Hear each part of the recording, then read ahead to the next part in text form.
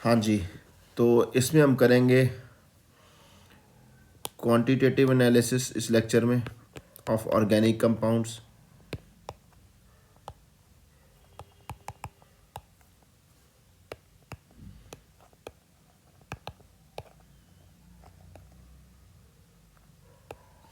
ठीक है जी।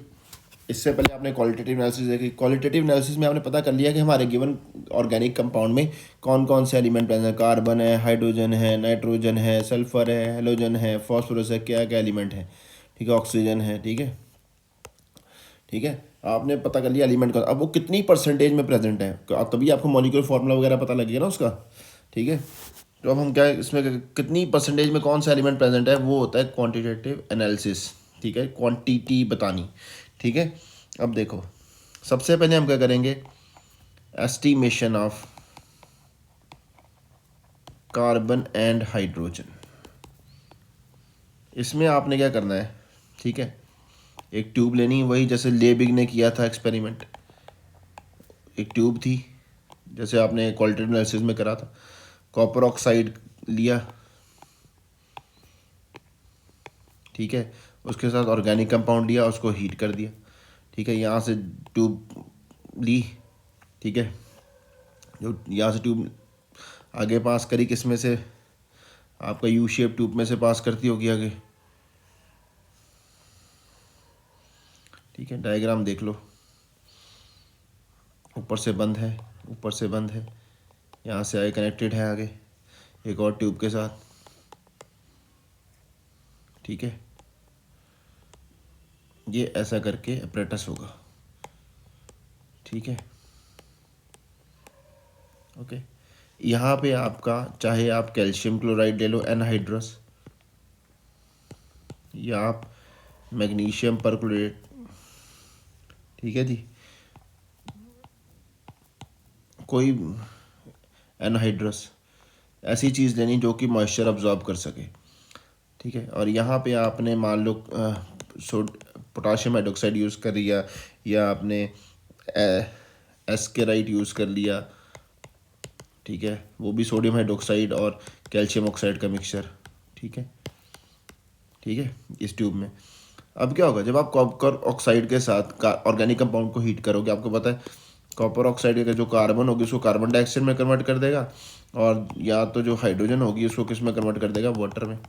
अब जब यहाँ से निकलेगी, क्या बोलते हैं, यहाँ से वाटर वाटर गया, वाटर को कौन अब्जॉर्ब कर लेगा, this absorbs, water goes into this, and carbon dioxide आपको पता है इसके साथ रिएक्ट कर देगी, कार्बोनेट्स बना देगी। ठीक है जी, यहाँ पे कार्बन डाइऑक्साइड यहाँ एब्जॉर्ब हो जाएगी।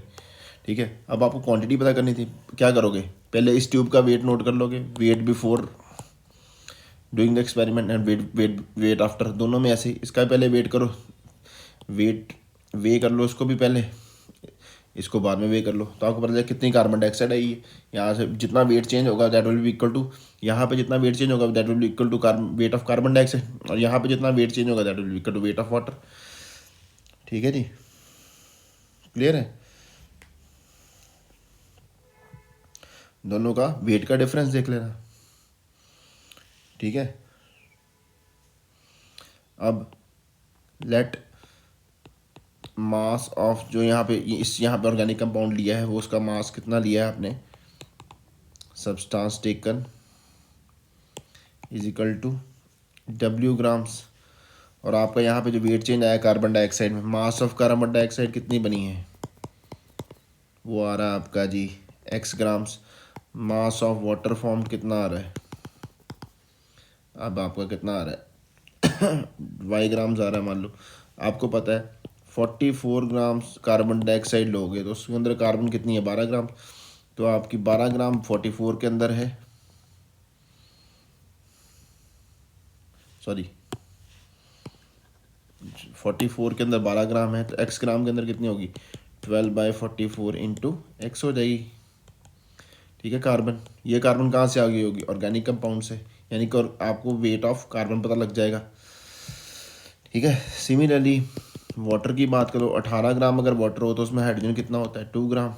ठीक है, और आपका Y ग्राम वाटर में कितना होगा, 2/18 इंटू वाई। ये आपको वेट किसका पता लग गया है, weight of hydrogen in the organic compound. Once you know weight of organic compound, ठीक है जी, मान लो ये आपका m आया है, ये आपका n आया है, तो percentage of carbon in given organic compound कैसे निकालोगे? Mass of carbon, mass of carbon over weight of substance taken, total weight कितना लिया है, इंटू 100 कर दोगे, सिंपल सी बात है। यानी कि n/w इंटू 100, m/w इंटू 100 करोगे, परसेंटेज ऑफ कार्बन आ गई।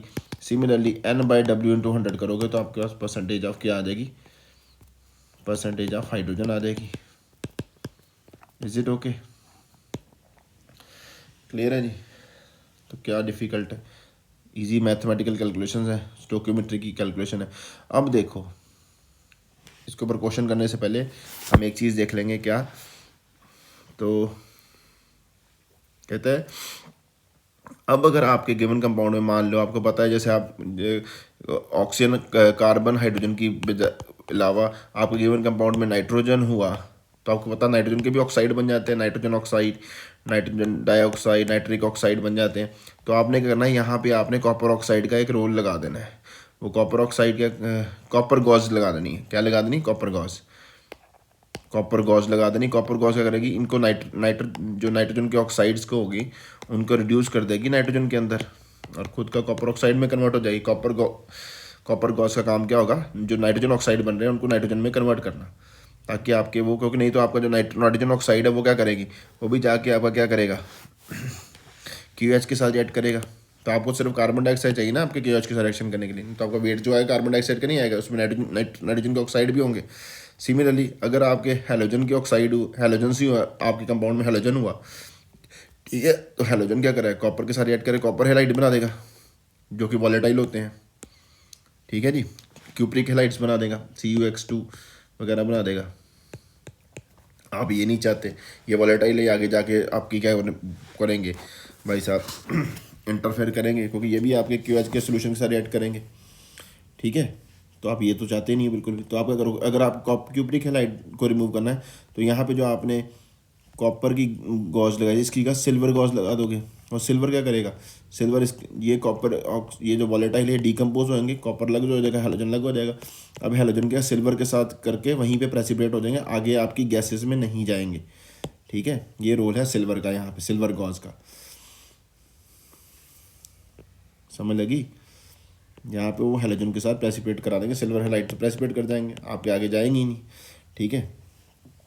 और अगर आपका सल्फर है गिवन कंपाउंड में, अगर आपका गिवन कंपाउंड में सल्फर है, सल्फर क्या बनेगी, सल्फर डाइऑक्साइड में कन्वर्ट हो जाएगी, और सल्फर डाइऑक्साइड आगे जाके आपकी पोटाशियम हाइड्रोक्साइड की रिएक्शन कर देगी।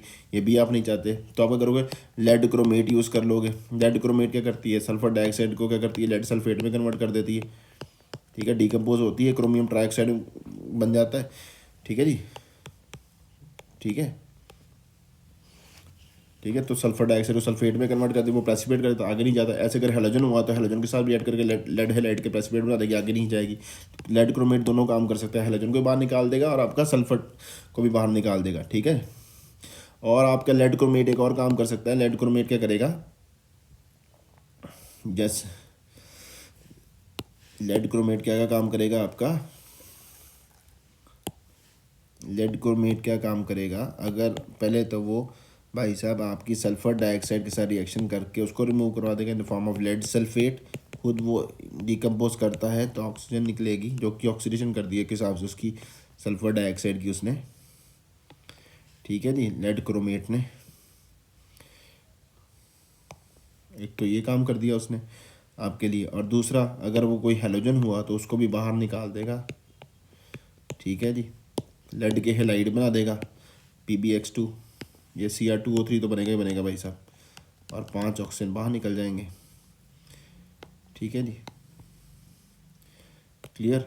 और अगर आपका एक और काम कर सकता है कि अगर आपके कंपाउंड में फास्फोरस है तो फास्फोरस ऑक्साइड बन जाएंगे, P2O5 जैसे बन गया फॉर एग्जांपल, उसको भी रिमूव करवा देगा ये, ठीक है, लेड फॉस्फेट बना देगा, ठीक है, ठीक है,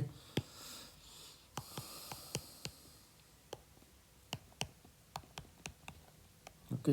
9 ऑक्सीजन बन जाएंगे। तो ये आपका काम कर सकता है इस तरीके से। ये आपको क्वेश्चन पूछेंगे फंक्शन क्या है, कैलेडकोमेट का फंक्शन क्या है, ठीक है जी, कॉपर गॉज का फंक्शन क्या है, सिल्वर गॉज का फंक्शन क्या है, ठीक है जी। तो ये आपको सब पता होना चाहिए। This is how you estimate carbon and hydrogen, ठीक है जी। आगे आ गया एस्टिमेशन ऑफ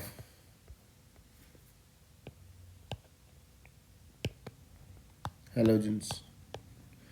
ओके जी, हेलोजन को एस्टिमेट करना है तो आपने करना है, टेस्ट ट्यूब लेनी है जिसको केरियस ट्यूब बोलते हैं, ठीक है। ये केरियस मेथड है। इसमें आपने non wait of organic compound लेना है, ठीक है। इसके अंदर आपने नाइट्रिक एसिड डालना है, ठीक है, फ्यूमिंग नाइट्रिक एसिड, और साथ में कुछ क्रिस्टल डाल देने हैं सिल्वर नाइट्रेट के, ठीक है जी। रिएक्शन होगा, हेलोजन जो कंपाउंड का होगा वो सिल्वर के साथ क्या कर देगा, सिल्वर हेलाइड्स की क्या बना देगा, प्रेसिपिटेट बना देगा।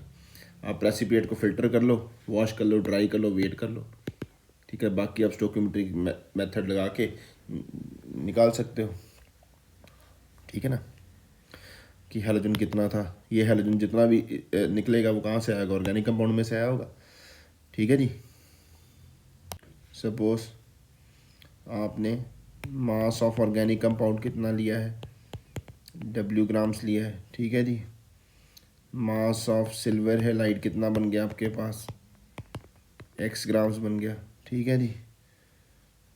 अब देखो,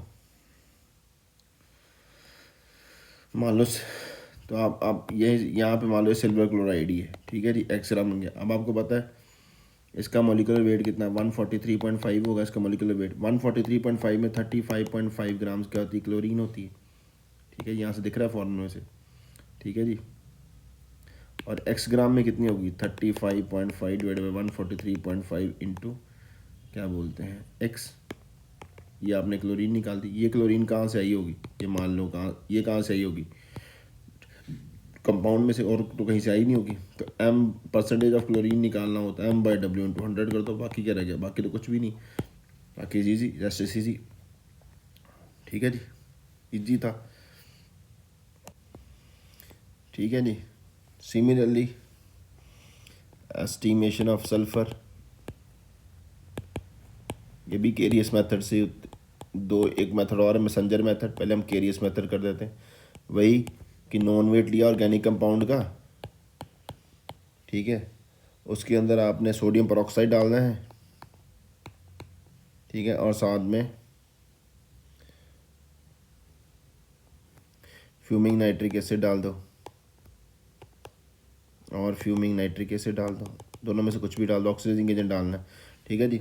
इससे क्या होगा आपके वहाँ, इसमें होगा क्या, कार्बन के ऑक्साइड, कार्बन जो है कार्बन डाइऑक्साइड में कन्वर्ट, हाइड्रोजन जो होगी हाइड्रोजन ऑक्सीजन के साथ कंबाइन कर वाटर बना देगी, और सल्फर की ऑक्सीडेशन हो जाएगी, तो वो किस में कन्वर्ट हो जाएगा, किस में कन्वर्ट हो जाएगा भाई साहब, सल्फ्यूरिक एसिड में कन्वर्ट हो जाएगा।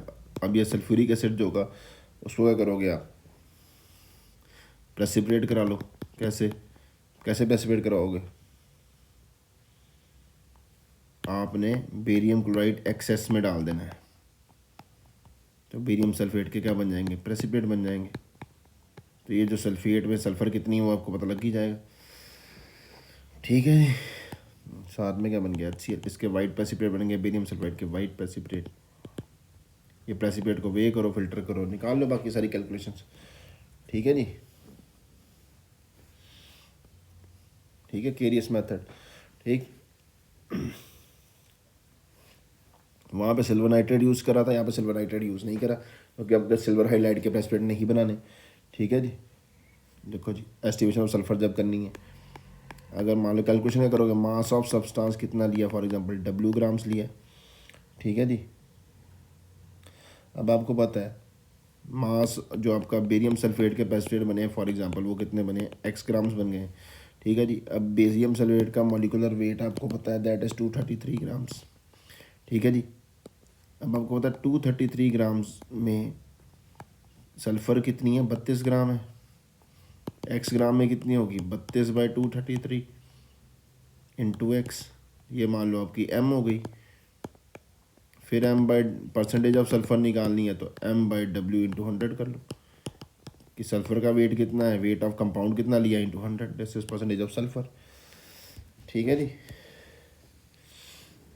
क्लियर है। बस दिस वॉज इजी। सिमिलरली एक मैसेंजर मेथड है, एक मैसेंजर मेथड होता है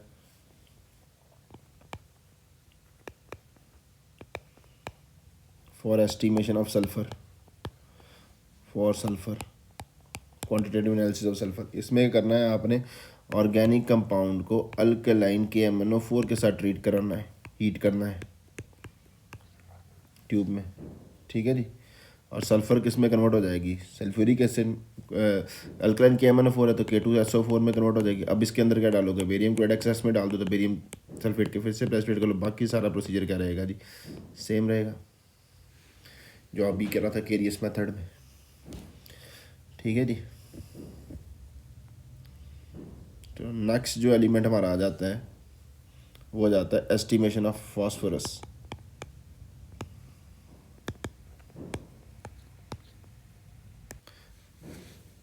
इसके लिए भी केरियस, इसमें भी क्या करना है, केरियस का एक्सपेरिमेंट काम आ जाएगा आपको।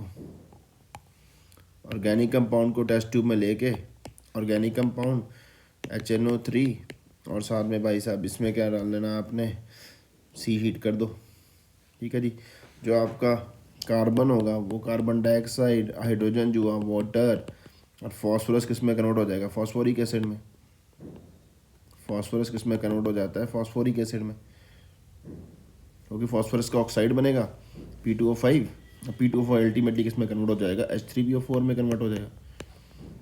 ठीक है जी, फॉस्फोरस पहले P2O5 में कन्वर्ट होगा, P2O5 आगे वाटर के साथ ऐड करके, क्योंकि नाइट्रिक एसिड डाला हुआ, वाटर तो होगा ही बीच में, तो फॉस्फोरिक एसिड बन जाएगा। ठीक है जी, अब जो आपका जो फॉस्फोरिक एसिड बना है उसको आपने प्रेसिपिटेट करवाना है, आपने अमोनियम मोलिब्डेट सोल्यूशन डाल के, अमोनियम मोलिब्डेट सोल्यूशन डाल के उसको प्रेसिपिटेट करा लो इन प्रेजेंस ऑफ HNO3। HNO3 तो डाला ही, हीट करा हुआ है उसके साथ। ठीक है जी, आपके क्या बन जाएंगे, फॉस्फोरिक एसिड को प्रेसिपिटेट कर लिया एज अमोनियम येलो, प्रेसिपिटेट बन जाएंगे अमोनियम फॉस्फोमोलिब्डेट के, अमोनियम फॉस्फोमोलिब्डेट के। ठीक है जी,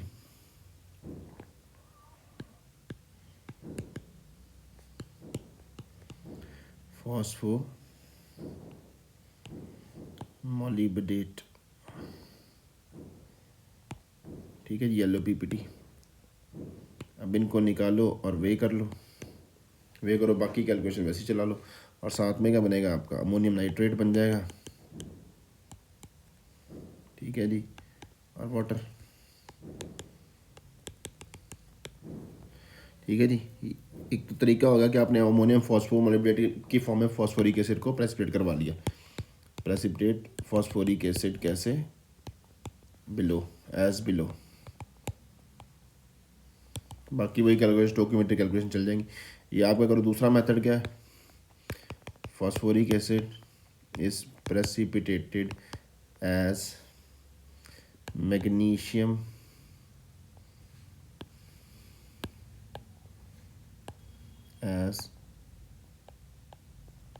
मैग्नीशियम अमोनियम फॉस्फेट। ठीक है जी, जो आपका क्या करोगे आप, जो आपने क्या करा है, फॉस्फोरिक एसिड को प्रेसिपिटेट करने के लिए आपने मैग्नीशिया ऐड कर देना है, मैग्नीशिया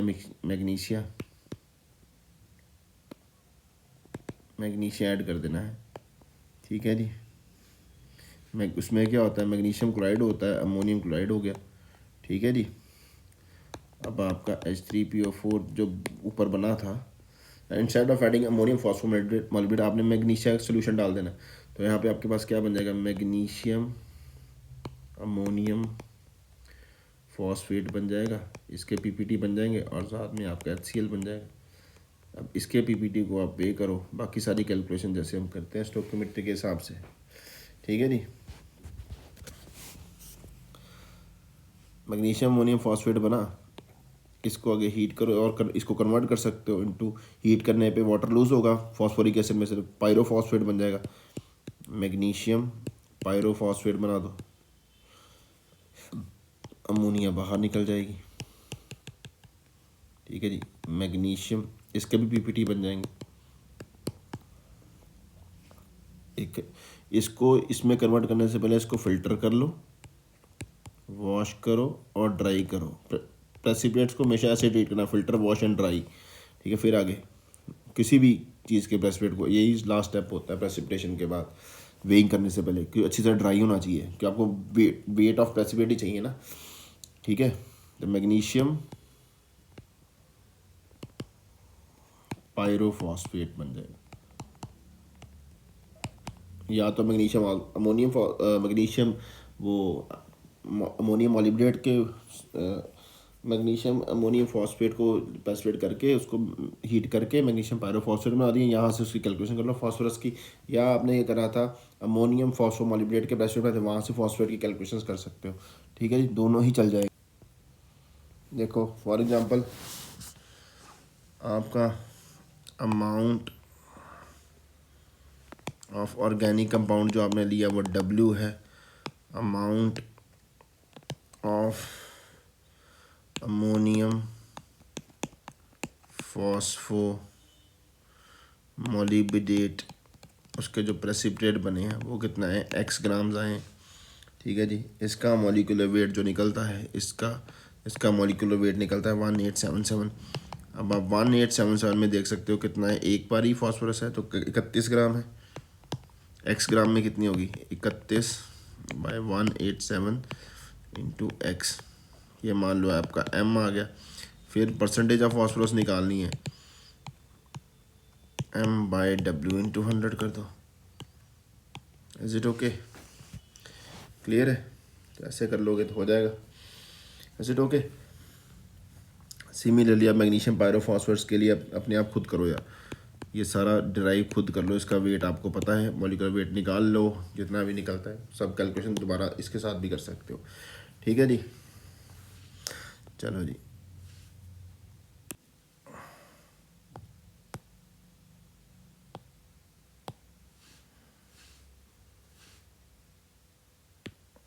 हाँ जी, नेक्स्ट है एस्टीमेशन ऑफ नाइट्रोजन, ठीक है जी। दो मेथड यूज़ होते हैं, one is your Dumas method,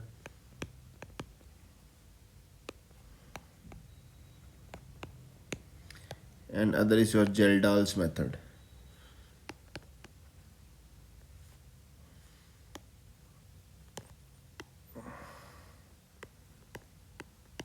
okay जी, ये किसी भी applicable for all organic compounds containing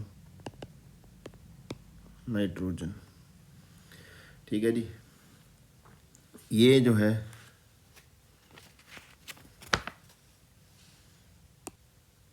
ये ईजियर होता है, जैसे easier and simpler, but not applicable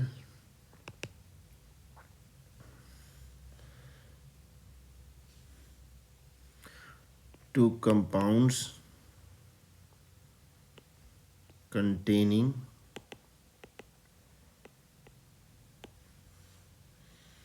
nitrogen in ring, यानी कि रिंग के अंदर ही नाइट्रोजन लगी हो, जैसे कि आपकी क्विनोलिन हो गई, पिरीडीन हो गई, पिरीडीन, क्विनोलिन। पिरीडीन का स्ट्रक्चर आपको पता ना, ये रिंग के अंदर ही होता है। क्विनोलिन क्या होती है, बेंजीन रिंग के साथ ये पिरीडीन रिंग जोड़ दो, आइसोक्विनोलिन। रिंग के अंदर जिनके अंदर नाइट्रोजन होता है, आइसोक्विनोलिन का फ़र्क यही होता है कि नाइट्रोजन यहाँ की बजाय यहाँ लगी होती है, जैसे आइसोक्विनोलिन ऐसे, ठीक है जी। और and compounds containing nitrogen directly linked to oxygen, जैसे कि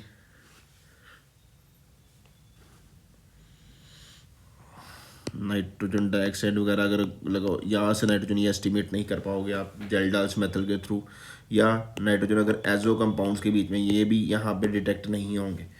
ठीक है जी, यानी कि रिंग का पार्ट हो या नाइट्रो ग्रुप हो या एजो ग्रुप हो, ये डिटेक्ट नहीं होगा। ठीक है जी, ईजी होता है जेल्डाल मेथड, बट यहाँ पे एप्लीकेबल नहीं है।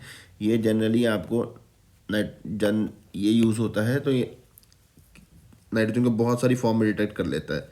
ठीक है, जैसे यूरिया की फॉर्म में, ठीक है, फर्टिलाइजर्स में कई, जैसे अमोनिया की फॉर्म में डिटेक्ट कर लेता है, अमोनियम सल्फेट की फॉर्म में डिटेक्ट कर लेता है।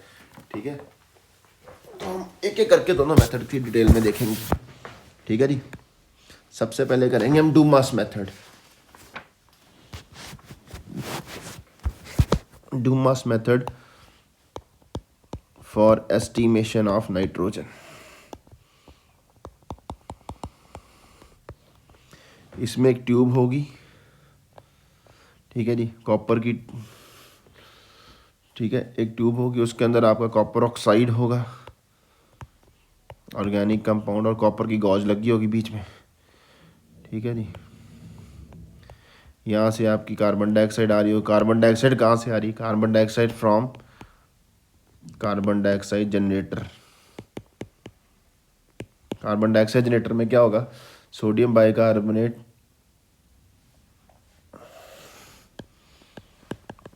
या मैग्नीशियम कार्बोनेट को हीट करके आप कार्बन डाइऑक्साइड जनरेट करा लोगे। ठीक है जी, हीट करोगे इनको, मैग्नीशियम कार्बोनेट या सोडियम कार्बोनेट, सोडियम बाइकार्बोनेट को हीट करके कार्बन डाइऑक्साइड रिलीज करा के आप वहाँ पर ऊपर भेज दोगे। ठीक है जी, ठीक है, और कार्बन डाइऑक्साइड यहाँ से ड्राई होनी चाहिए। ड्राई कैसे करोगे? Dry by passing through H2SO4। H2SO4 क्या करता है? वाटर एब्जॉर्ब कर लेता है। ठीक है जी, अब ये कंबशन ट्यूब में यहाँ पे जाएगी, दिस इज कंबशन ट्यूब।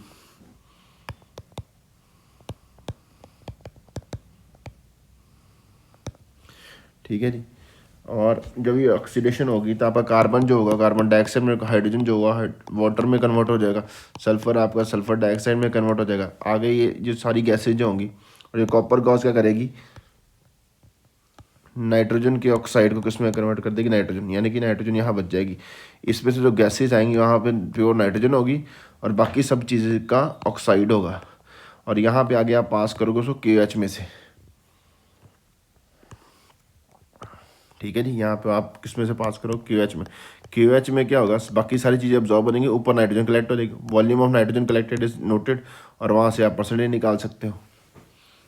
ठीक है जी, क्लियर है। और यहाँ पे ये जो ट्यूब है, यहाँ पे KOH का सोल्यूशन होता है बेस का, जो कि कार्बन डाइऑक्साइड अब्जॉर्ब करेगा, सल्फर डाइऑक्साइड अब्जॉर्ब कर लेगा। ठीक है और यहाँ पे इसको साथ में रिजर्वायर लगा होता है।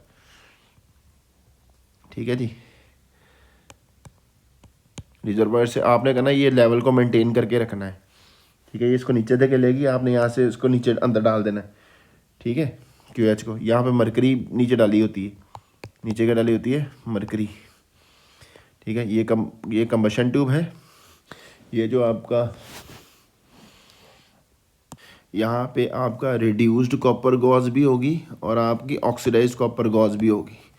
ऑक्सीडाइज्ड कॉपर गॉज क्या है कि वो गैसेस को वापस जाने से रोकेंगी। ठीक है, क्वेश्चन आ जाएगा आपको, ये जो कंबशन ट्यूब के अंदर होती है, ऑक्सीडाइज्ड कॉपर गॉज का रोल क्या होता है?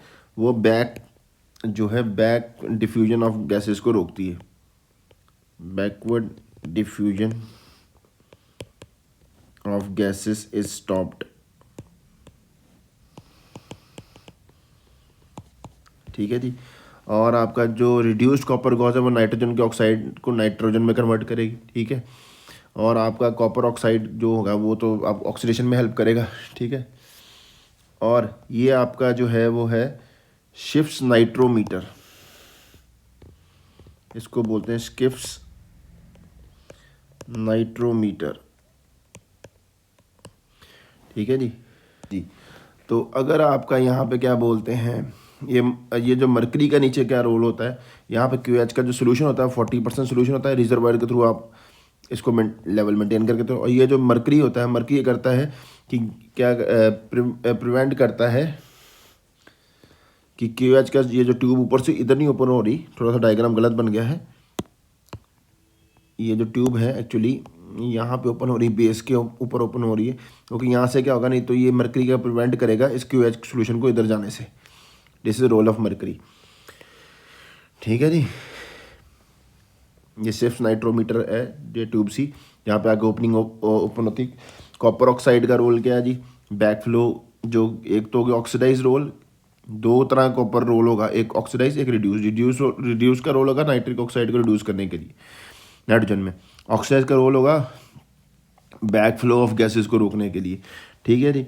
और अब आपका क्या रोल होगा, मरकरी का क्या रोल होगा यहाँ पे, कि आपका क्यू एच सोल्यूशन यहाँ पे सक ना हो जाए, ठीक है जी, to prevent suction of Q H into this combustion tube, okay. बाकी अगर आपके कंपाउंड, तो कोर्स कॉपर ऑक्साइड भी डाला होगा बीच में, अगर आपके कंपाउंड में हेलोजन है या सल्फर है या कुछ और ऐसे हैं, तो उसमें आप लेड क्रोमेट डाल देते हो, जो कि क्या करता है, सल्फर को सल्फर सल्फेट में कन्वर्ट कर देता है, लेड के हेलाइड के प्लस में बना देता है, आपको पता ही है, ठीक है। Coarse copper oxide is replaced by lead chromate अगर आपके कंपाउंड में हेलोजन सल्फर वगैरह हो तो, ठीक है जी, क्लियर है। वॉल्यूम आपको गिवन टेम्परेचर प्रेशर पता है, ठीक है। कैलकुलेशन वॉल देख लो क्या हो रही है, कि कैसे कैलकुलेट करेंगे। मास ऑफ सब्सटेंस टेकन, फिर से डब्ल्यू आ गया आपका, वॉल्यूम ऑफ नाइट्रोजन कलेक्टेड कितना आ गया, वी एम एल हो गया, ठीक है जी। एटमॉस्फेरिक प्रेशर आपका कितना, मान लो जो भी है पी मिलीमीटर्स है। रूम टेम्परेचर आपका टी डिग्री सेंटीग्रेड है, क्योंकि एसिड को के एच के ऊपर कलेक्ट करो तो वाटर वेपर ही बने होंगे, तो एक्वस टेंशन भी देखनी पड़ेगी आपको, वो मान लो स्मॉल पी है। प्रेशर ऑफ ड्राई गैस कितना आ जाएगा, ये इसमें से ये माइनस कर दो, P minus small P, pressure of dry nitrogen. अब P1 V1 upon T1 is equal to P2 V2 upon T2, यानी कि इस टेम्परेचर से ये T2 आपका क्या हो गया, स्टैंडर्ड टेम्परेचर, ठीक है जी, जो कि होता है 273, और ये आपका 1 एटमोसफियर 760 मिलीमीटर का, ये मिलीमीटर में है तो, ठीक है जी। यहाँ पे वॉल्यूम निकालो, अब इस वॉल्यूम से आप क्या निकाल सकते हो, नम वेट निकाल सकते हो, वॉल्यूम से वेट निकालो, वेट ऑफ नाइट्रोजन, ठीक है। ये नंबर ऑफ मोल्स निकाल सकते हो, आपको नाइट्रोजन का वेट पता लग गया, तो ये वेट ऑफ नाइट्रोजन मान लो m ग्राम आ गया, तो m/w इंटू 100 कर दोगे, आपका परसेंटेज ऑफ नाइट्रोजन आ जाएगा। वॉल्यूम से वेट कैसे निकलना है आपको पता है, 22,400 ml of nitrogen gas is equal to उसका वेट 28 ग्राम्स है।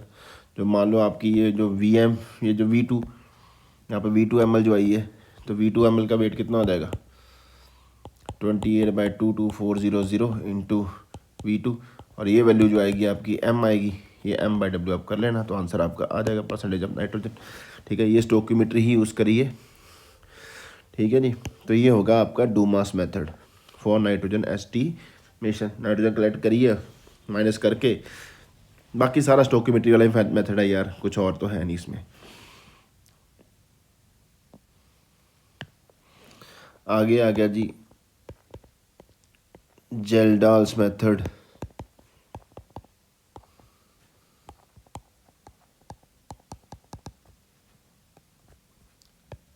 ठीक है, फॉर नाइट्रोजन एस्टीमेशन। इसमें होगा क्या, आप एक लंबी सी ट्यूब, लंबी ना ट्यूब होगी, हीट करोगे, इसमें आपने ऑर्गेनिक कंपाउंड लेना है, इसमें साथ में H2SO4 लेना है, कॉपर सल्फेट डाल देना है, और पोटाशियम सल्फेट डाल देना है, और मरकरी हीट करना है। इज इट ओके, हीट करना है, ठीक है, ओके। पोटाशियम सल्फेट क्या करेगा,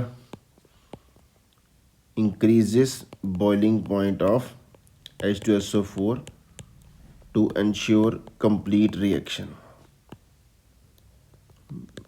बॉइलिंग एलिवेशन, जब भी आप इम्प्योरिटी ऐड करते हो बॉइलिंग पॉइंट बढ़ जाता है, to complete ensure complete reaction, ठीक है।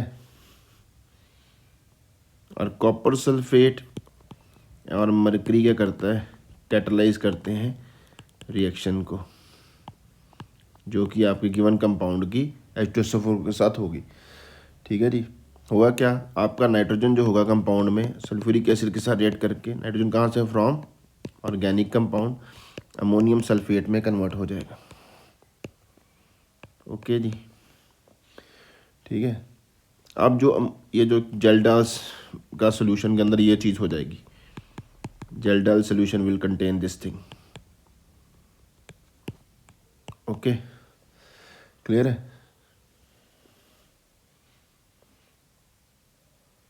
अब ये जेलडाल सोल्यूशन के अंदर अब आपने अलग से एक रिएक्शन वेसल लेना है, जेलडाल सोल्यूशन डाल दिया, केएस मतलब जेलडाल सोल्यूशन, उसके अंदर आपने क्या करा है, एक्सेस NaOH के साथ उसको बॉईल करा है, और यहाँ से गैस निकलेगी, ठीक है जी। उसको आपने किस में पास कर देना है,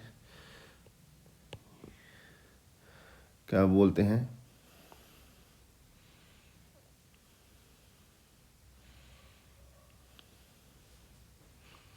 उसको आपने किस में से पास करना है, यहाँ से जो गैस निकलेगी उसको एसिड में एब्जॉर्ब करवा देना है। एसिड या तो HCl ले लो या तो H2SO4 ले लो।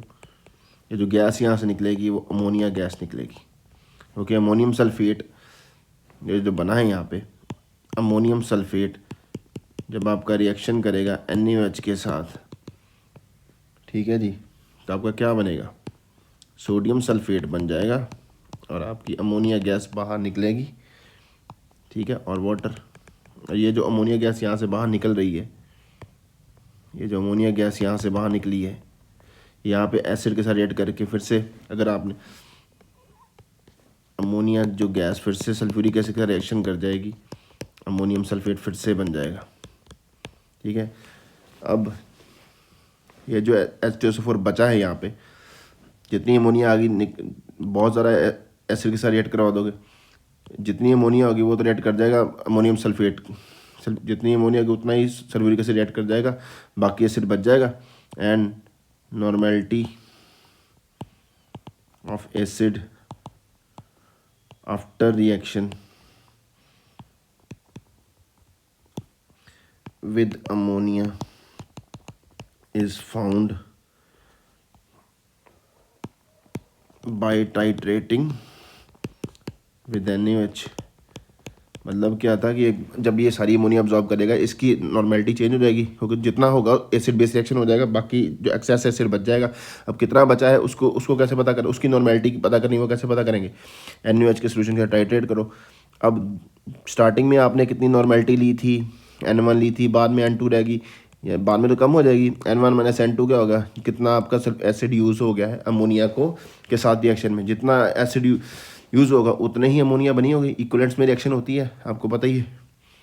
This is how you calculate what ammonia nitrogen percentage. Okay जी, हमें लगी। NaOH के साथ आपने जो H2SO4 बच गया है उसकी टाइट्रेशन करी, तो आपका सोडियम सल्फेट यहाँ पे भी बनेगा। ये जो नई नॉर्मेलिटी, पहले N1 नॉर्मेलिटी थी एसिड की, बाद में N2 हो गई, N1 बड़ा होगा N2 छोटा होगा, क्योंकि एसिड यूज़ हो गया होगा थोड़ा बहुत। जितना यूज़ होगा, कितना यूज़ होगा एसिड यहाँ पे, जितनी अमोनिया बनी होगी, जितनी अमोनिया बनेगी उतना यूज़ हुआ होगा, उससे ज़्यादा तो यूज़ हो नहीं सकता। समझ लगी? तो दिस इज़ इट। अब कैलकुलेशन इन्वॉल्व देख लो जेल्डाल्स मेथड में। मान लो आपने ऑर्गेनिक कंपाउंड कितना लिया, W लिया, वॉल्यूम ऑफ H2SO4 जितना लिया आपने, VML लिया, और M1 मोलरिटी ली थी उसकी। Is it okay? ये जो बचा है इसके लिए जो आपका लास्ट स्टेप में volume of NaOH use for titration of excess of H2SO4, वो कितना दी, मान लो स्मॉल v है और इसकी मोलैरिटी M1 है। अब आपको पता है जब H2SO4 रिएक्ट करता है NaOH के साथ तो आपका सोडियम सल्फेट बनता है और ये बनता है वाटर बनता है। इसके 2 मोल इसके, अब यहाँ पे M1V1/N1 is equal to M2V2/N2, यही होती है इक्वेशन जब रिएक्टिंग सब्सटेंस के लिए। ये N1 और N2 क्या है, number of moles in the balance equation, number of moles in the balance equation. ठीक है जी, ये मान लो NaOH की साइड है, ये आपके H2SO4 की साइड है। ठीक है जी, अब इसकी कितनी है जी, इसकी मोलैरिटी कितनी थी, इसकी मोलैरिटी है जी आपकी M2 है। ठीक है जी, M2 small v/2 is equal to M1V/1। Okay जी, इज इट ओके? ओके, तो अब देखो, अब आपको ये भी पता है, तो ये अभी तक इक्वेशन बन गई 2M1V1 is equal to M2V, because H2SO4 की जो बेसिसिटी है 2 है। अगर ये दोनों मोलैरिटी सेम हुई, अगर मान लो ये भी M1 है, ये भी M1 है, ठीक है, इसका जितना इसका वॉल्यूम लगेगा उसका हाफ ये लगेगा, क्योंकि इसका क्या करता है, 1 मोल H2SO4 का 2 मोल NaOH को न्यूट्रलाइज कर देता है। अगर दोनों की मोलैरिटी क्या है जी, सेम है, इफ़ ये this is also M1, this is also M1, अगर आप स्टार्टिंग में जो NaOH का मोलैरिटी लिया वो भी सेम लिया है जो आपने H2SO4 की मोलैरिटी ली थी। ठीक है, ठीक है, यहाँ पे if M2 is equal to M1 then capital V1 is equal to V/2। Okay जी, 2 into M1 V/2 equal to M1V। Is it okay जी? क्लियर है?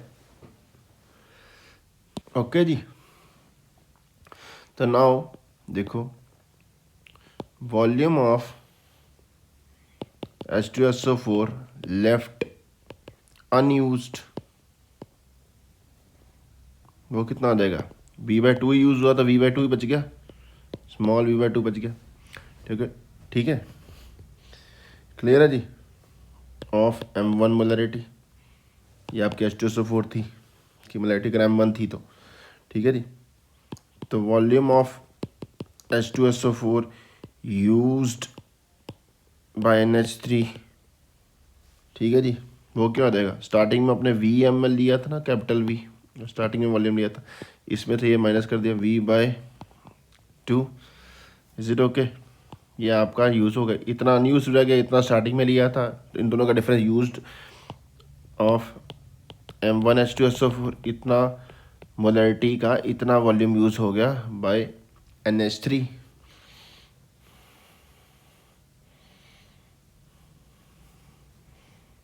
अब ऑल्सो आपको पता है 1 मोल H2SO4 का 2 मोल NH3 का साथ रिएक्शन करेगा। ठीक है जी, मान लो आपका अगर V-V/2 ml M1 H2SO4 है, वो किसके बराबर होगा, अगर M1 मोलैरिटी अमोनिया की सेम मोलैरिटी के अमोनिया हो, ठीक है, तो उसका ट्वाइस वॉल्यूम आपको लेना पड़ेगा, is equal to 2 into V minus V/2 M1 NH3, twice ही ना, क्योंकि ये 1 2 से रिएक्ट करेगा। Is it okay? अब आपको पता है 1000 ml of 1 molar ammonia, 1 mole ammonia हुई, उसका नाइट्रोजन कितना हुआ, 1 मोलर सोल्यूशन अमोनिया का, तो 14 ग्राम नाइट्रोजन होगी उसके अंदर वेट के मुताबिक। ठीक है जी, क्योंकि 1 मोलर के अंदर 17 ग्राम अमोनिया है, 17 ग्राम के अंदर कितना हुआ, 14 ग्राम ही नाइट्रोजन हुई। ठीक है जी, अब कितना मोलर लिया है,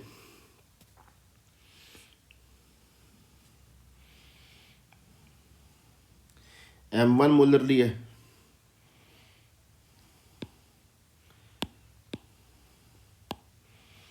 M1 मोलर लिया है, तो उसके अंदर कितनी होगी 14 इंटू M1। कितना ml लिया है, इतना लिया है 2V माइनस वी बाय, ये कैपिटल V है, ये छोटा v है, ठीक है जी। M1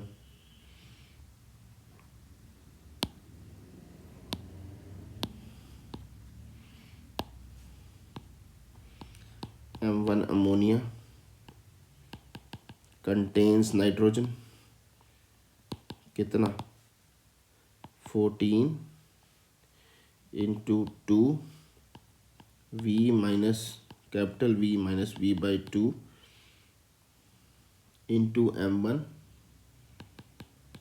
divided by 1000। ओके जी, तो ये आपके पास weight of ammonia, weight of nitrogen आ गया। अब वेट ऑफ नाइट्रोजन आ गया, this might be M, again M by W,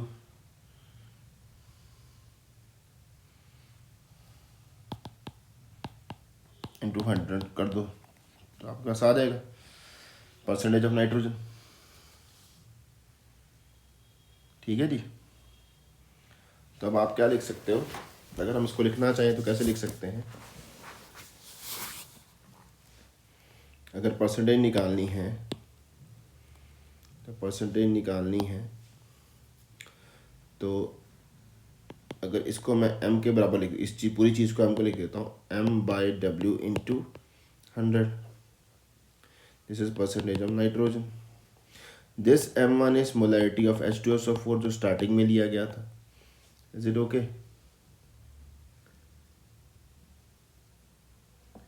okay, ये आपका क्या है, दिस इज व्हाट, अगर इसको लिखना हो तो this volume of H2SO4 used by ammonia. Okay, ठीक है जी, ये यानी कि 2 times volume of H2SO4 used into molarity of H2SO4 over mass of substance taken. Is it okay?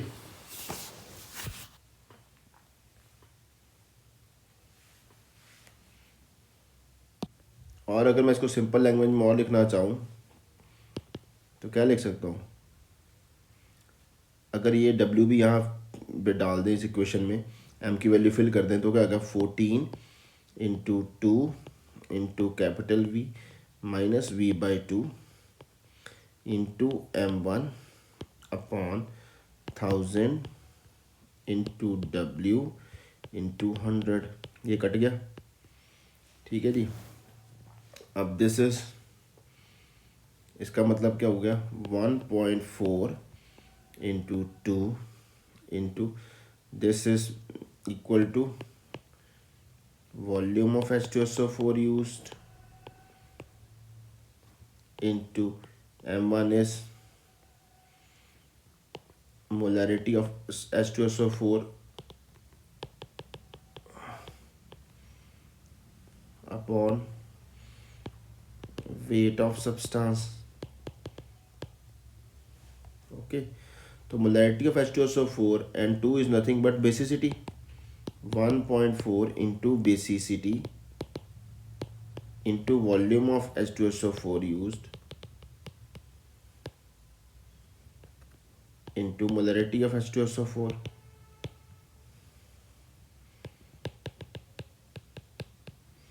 upon weight of substance। अब हो सकता है एसिड को H2SO4 की बजाय कोई और हो, तो 1.4 इंटू बेसिसिटी, यहाँ पे परसेंटेज ऑफ नाइट्रोजन सीधा शॉर्टकट ले सकते हैं, basicity of acid into volume of acid used,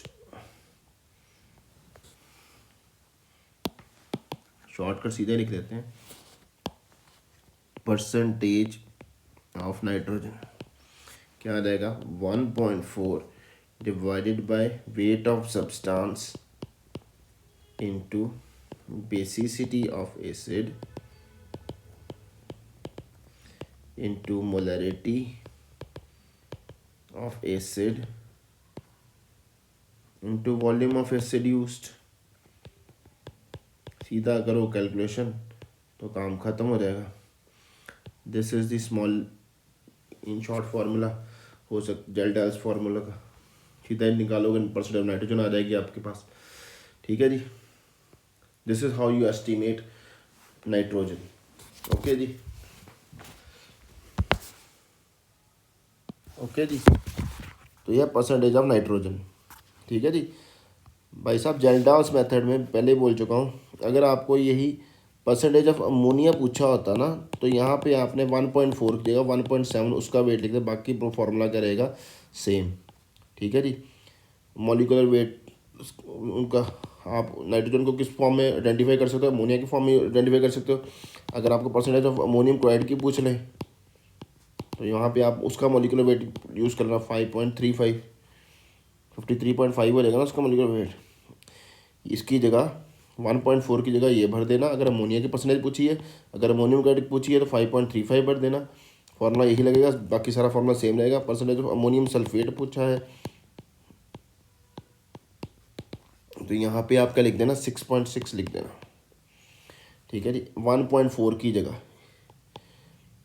1.4 की जगह ये 1.4 की जगह ये, बाकी फॉर्मूला सेम 1.4 की जगह ये। ठीक है जी, मोलरिटी इनटू बेसिसिटी क्या होता है, नॉर्मेलिटी होता है। इसको इसका मतलब नॉर्मेलिटी होता है, नॉर्मेलिटी ऑफ एसिड भी दी हो सकती है आपको क्वेश्चन में। ठीक है जी, ये भी आपको पता है, कंफ्यूज मत हो जाना कि सर ने कराया नहीं। परसेंटेज ऑफ यूरिया पूछा हुआ तो यहाँ पे भाई इसके वेट की जगह 3.0 लिख देना, यूरिया का वेट भर देना। ठीक है जी, 3.0 इज ओके। 1.4 की जगह 3.0 लिख देना। Is it okay?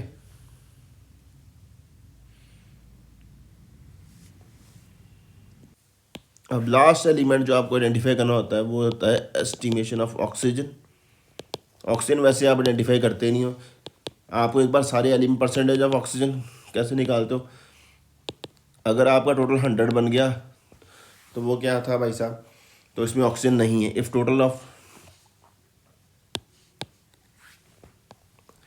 Total of percentage of all elements equal to 100, no oxygen. If total less than 100, remaining percentages of oxygen, जितनी बच जाएगी वो सारी क्या है ऑक्सीजन, परसेंटेज ऑफ ऑक्सीजन। ठीक है जी, जनरली आप आइडेंटिफाई करते नहीं हो, एस्टिमेट करते नहीं हो ऑक्सीजन। अगर करनी भी पड़ जाए तो मेथड क्या करोगे, एक और तरीका है कि आप क्या करो, ऑर्गेनिक कंपाउंड को हीट कर दो in presence of nitrogen gas. ठीक है जी, in presence of nitrogen gas. जब ऐसा करोगे जो गैसियस मिक्सचर बनेगा उसमें ऑक्सीजन भी होगी और बाकी गैसेस भी होगी। ठीक है जी, अब ऑक्सीजन क्या करेगी, अब आप इसको पास कर दो, दिस इज पास्ट, इसको आगे आपने रेड हॉट कोक के ऊपर पास कर देना है। अब ये ऑक्सीजन के साथ कार्बन मोनोऑक्साइड में कन्वर्ट हो जाएगी। ठीक है जी, ये रिएक्शन होना 1373 केल्विन पे। Is it okay? ठीक है, ओके।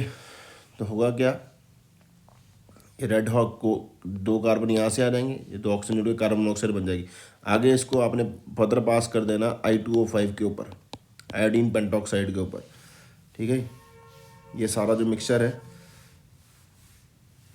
ये सारी ऑक्सीजन किस में कन्वर्ट हो जाएगी, कार्बन मोनोऑक्साइड में। अब इस मिक्सचर को किसके ऊपर पास कर देना, आयोडीन पेंटॉक्साइड के ऊपर। ये खुद तो कार्बन मोनोऑक्साइड किस में ऑक्सीडाइज हो जाएगी, कार्बन डाइऑक्साइड में, और आयोडीन पेंटॉक्साइड को रिडक्शन कर देगी आयोडीन के अंदर। ठीक है जी, क्लियर है जी? ठीक है, तो रिएक्शन में कैसे होएगा देख लो। ये जो कार्बन मोनोऑक्साइड बनी है यहाँ पे, इसको दोबारा से लिख लेते हैं रिएक्शन को, क्योंकि बैलेंसिंग करके लिखनी पड़ेगी। तो कार्बन मोनोऑक्साइड जो यहाँ बन रही है वो आयोडीन पेंटॉक्साइड के साथ रिएक्ट करेगी। ठीक है, इसके 5 ले लो, 5 ऑक्सीजन इधर चले जाएंगे। ठीक है जी, तो आपके पास क्या बन जाएगा, 5 कार्बन डाइऑक्साइड बन जाएगी और आयोडीन बाहर निकल जाएगी। कितनी आयोडीन निकली उस या तो उसको नोट करो, या wait of carbon dioxide form से आप ऑक्सीजन निकाल सकते हो। ठीक है जी। कैसे? अगर आपका 5O2 होंगे तभी आपका क्या बनेगा, 5 कार्बन डाइऑक्साइड बनेगी ना, क्योंकि एक कार्बन डाइऑक्साइड में एक O2 मॉलिक्यूल जाता है। ठीक है ना, एक ऑक्सीजन एक कार्बन डाइऑक्साइड मॉलिक्यूल में चला जाता है। ठीक है जी, तो 5 ऑक्सीजन 5 कार्बन डाइऑक्साइड मॉलिक्यूल के बराबर होंगे। ठीक है जी।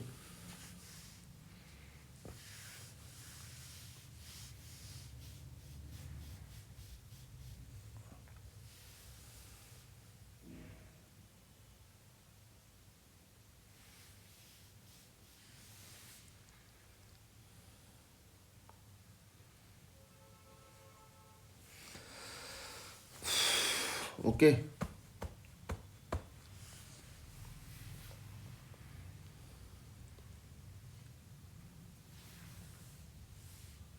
अब आपको पता है कार्बन डाइऑक्साइड एक के अंदर 16 ग्राम ऑक्सीजन होती है, 44 के अंदर 16 ग्राम होती है। ठीक है जी। मान लो आपकी x ग्राम कार्बन डाइऑक्साइड बनी, यानी कि तो ऑक्सीजन कितनी होगी, x बाय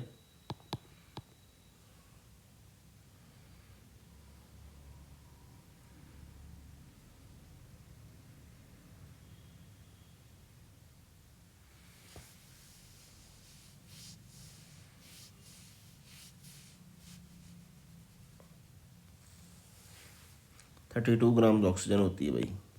क्या कैलकुलेशन कर रहा हूँ मैं, 32 ग्राम्स ऑक्सीजन, और x ग्राम में कितनी होगी,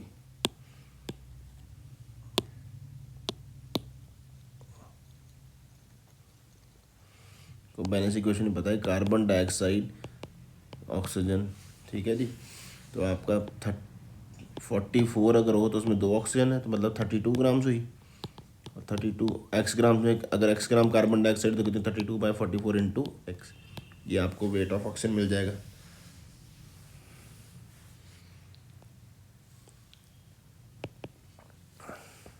ये मान लो m है, फिर से परसेंटेज ऑफ ऑक्सीजन उन्होंने m/w इंटू 100 कर, ये आ गया आपके परसेंटेज ऑफ ऑक्सीजन। ठीक है जी। ठीक है, आजकल इतना सब कुछ नहीं करते, एक इंस्ट्रूमेंट होता है CHN एनालाइजर। इसमें आप कार्बन हाइड्रोजन नाइट्रोजन सीधा आप इसमें 1 से 2 मिलीग्राम कंपाउंड चाहिए, सीधी आग लगाते हैं और सीधी उसकी एक्सेल शीट में आपको परसेंटेज मिल जाती है, कौन कौन सा एलिमेंट कितने कितने अमाउंट पर। इसमें रिक्वायरमेंट क्या है कि कंपाउंड जो है वो अल्ट्रा प्योर होना चाहिए और ड्राई होना चाहिए। अगर ड्राई ना हुआ तो इससे वह क्या होगा, हाइड्रोजन तो पानी में से भी जा जाएगा ना। ठीक है जी। ओके, थैंक यू जी, ख़त्म हो गया क्वान्टिटेटिव एस्टिमेशन।